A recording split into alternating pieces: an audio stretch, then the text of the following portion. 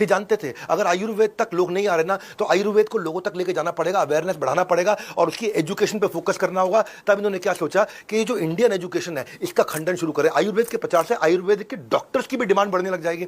और हुआ यही, 2010 में 40% सीटें खाली रह करती थी। आयुर्वेद के लिए जो डॉक्टर्स बनते थे, जो हॉस्पिटल में पढ़ने जाते थे, 40% सीटें खाली रहती थी। आज 2024 में 100% ऑक्यूपेंसी हो गई है। आज एम्स की तर्ज पे भारत सरकार ने, जैसे एम्स है वैसे ही एक all India institute of Ayurveda भी बना दिया और यह भी कह दिया हर एम्स के अंदर एक आयुर्वेद का यूनिट भी होगा।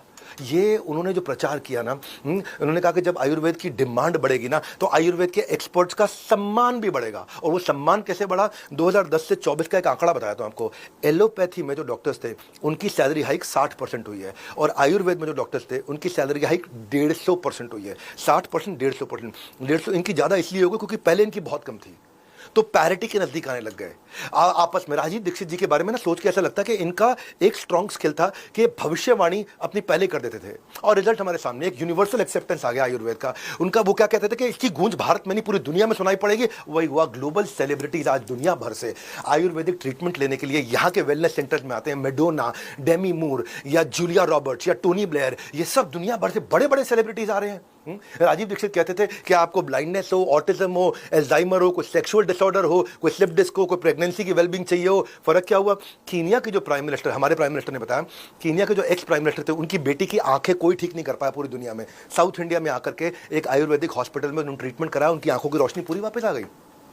खुद एक्स प्राइम मिनिस्टर इस बात को रिकॉग्नाइज कर रहे हैं पूरी। एक्चुअली क्या हुआ, आज ग्लोबल एक्सेप्टेंस हो गया। अब लोग पूरी दुनिया से भारत में आने लग गए हैं।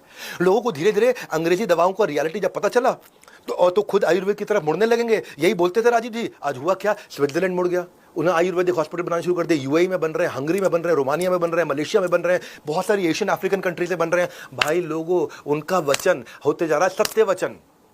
वो कहते थे कि भाई लोग, आप इतना मैसिवली स्पेंड करते हैं अपनी हेल्थ के ऊपर जाकर के। डॉक्टर कहते हैं सफेद कोट काला कोट, इनसे बच के रहना। वो सफेद कोटों ने खा लिया था, इतना खा लिया था। मेरे ऊपर भी एक बार केस हुआ था, मैंने मेडिकल सिस्टम के ऊपर एक वीडियो बनाया था। तो ये कहते हैं कि भाई आयुर्वेद अपने आप में हेल्थ इंश्योरेंस है, लेकिन भारत सरकार ने क्या किया? वो कहते हैं कि क्योर नहीं, आयुर्वेद कवच भी है अपने आप में। आज इरडा ने रिसेंटली क्या किया? आप आयुर्वेदिक अस्पताल में जाके पंचकर्मा ट्रीटमेंट कराओ, कोई आयुर्वेदिक ट्रीटमेंट लो, हॉस्पिटल में एडमिट हो जाओ, वो भी अब इंश्योरेंस में फ्री। पहले खाली एलोपैथी का जमाना था, आज इंश्योरेंस कंपनी